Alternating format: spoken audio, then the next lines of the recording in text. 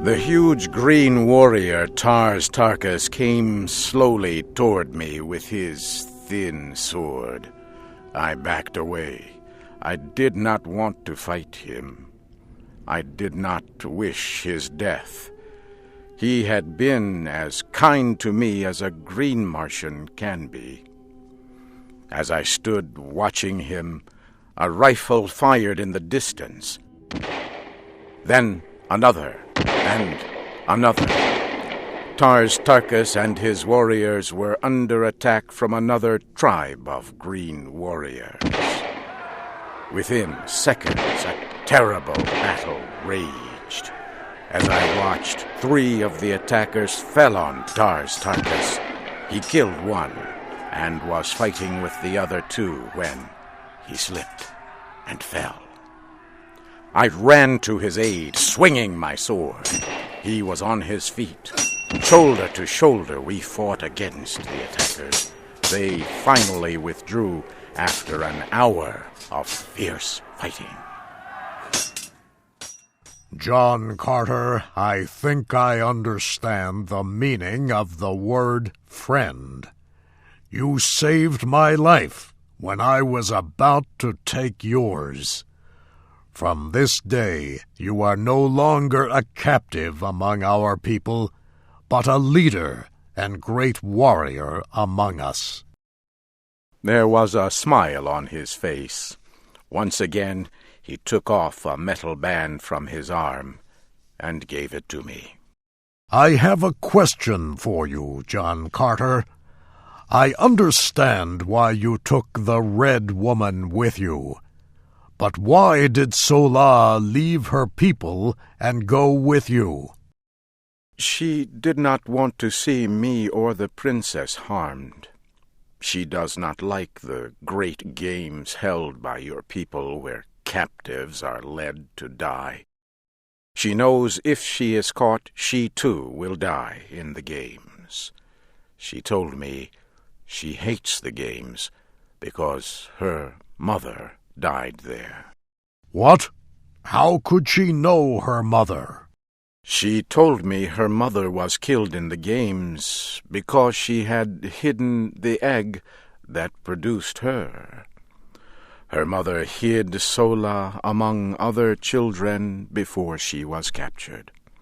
Sola said she was a kind woman, not like others of your tribe. Tars Tarkas grew angry as I was speaking, but I could see past his anger. I could see pain in his eyes. I immediately knew Sola's great secret. I have a question for you, Tars Tarkas. Did you know Sola's mother? Yes, and if I could have, I would have prevented her death. I know this story to be true. I have always known the woman who died in those games had a child. I never knew the child. I do now. Sola is also my child.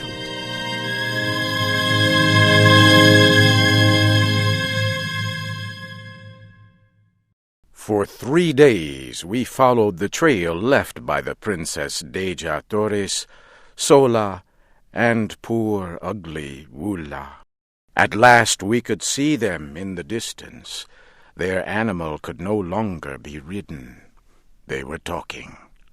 When we came near, Wula turned to fight us. I slowly walked to him with my hand out. Sola was standing nearby. She was armed and prepared to fight. The princess was lying next to her feet. Sola, what is wrong with the princess? She has been crying much these past few days, John Carter. We believed you died so we could escape. The thought of your death was very heavy on this woman, my friend Deja Thoris. Come and tell her you are among the living. Perhaps that will stop her crying. I walked to where the Princess Deja Thoris was lying on the ground. She looked at me with eyes that were red from crying. "Princess, you are no longer in danger. Tars Tarkas has come with me as a friend. He and his warriors will help to see you safely home. And Sola, I would have you greet your father, Tars Tarkas, a great leader among your people. Your secret no longer means death to anyone. He already knows you are his daughter. The two of you have nothing to fear." Sola turned and looked at Tars Tarkas. She held out her hand. He took it. It was a new beginning for them. I know our world has never before seen anyone like you, John Carter. Can it be that all Earthmen are like you? I was alone, a stranger, hunted, threatened, yet you would freely give your life to save me. You come to me now with a tribe of green warriors who offer their friendship. You are no longer a captive, but wear the medal of great rank among their people. No man has ever done this. Princess, I have done many strange things in my life, many things much smarter men would not have done. And now, before my courage fails, I would ask you to be mine in marriage.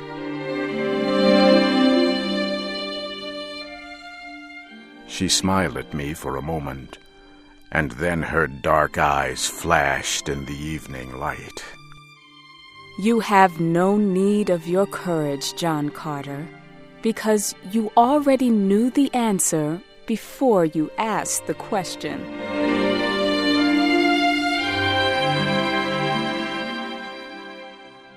Several days later, we reached the city of Helium. At first, the red men of Helium thought we were an attacking army, but they soon saw their princess. We were greeted with great joy. Tars Tarkas and his green warriors caused the greatest excitement. This huge group of green warriors entered the city as friends and allies. I soon met Tardos Mors, the grandfather of Deja Thoris. He tried several times to thank me for saving the life of the princess, but tears filled his eyes, and he could not speak.